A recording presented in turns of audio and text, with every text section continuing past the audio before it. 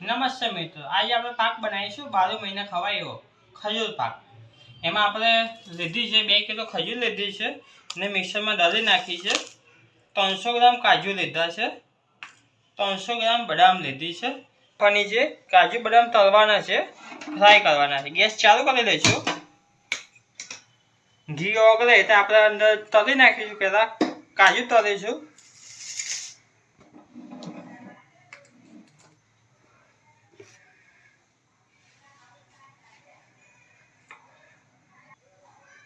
ઘી ગરમ થઈ ગયું છે। આપણે 250 ગ્રામ ઘી લીધું છે।